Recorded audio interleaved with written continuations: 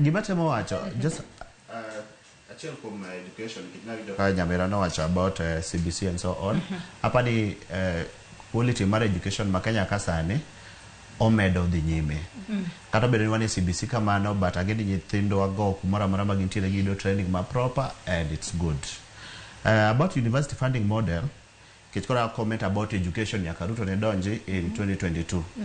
Apani serikal osetemo kendo kane gibiro gi the new funding model, nyathi kata japuonjre mantiere school imiyo pesa moromre kode kendo moromo sustain. Mana pesa mar ensure ni ngima gi yot ka gine campus ka gisomo.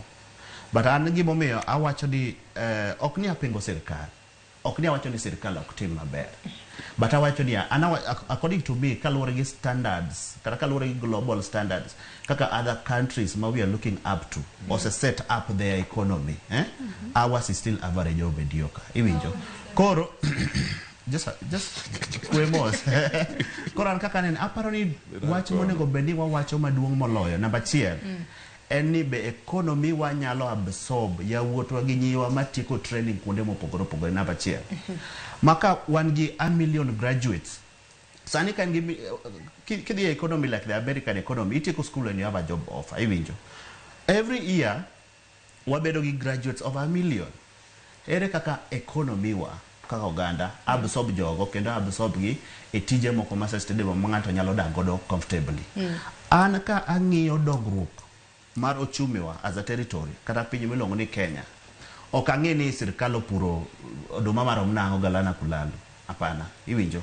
Ok ang'e ni is the funding model tiyo. Ang'iyo niya, be economy wa absorb ji comfortably, be wa create the next middle class. Nikech ka economy dongore, gima dongo economy mokwongo and the middle class. Middle class kose donjo maber moloso pesa moro matin, then gidhi chako yao biashara kamoro kamano, then gi absorb other people. And money is the question mang'iyo.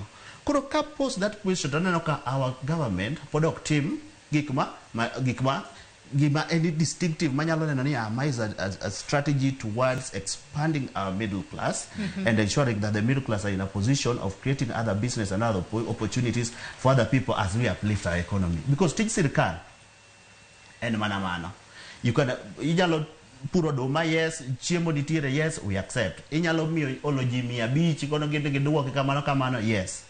But ere kaka I absorb the elites mis train in this economy mondo gibende ginyalo expand the economy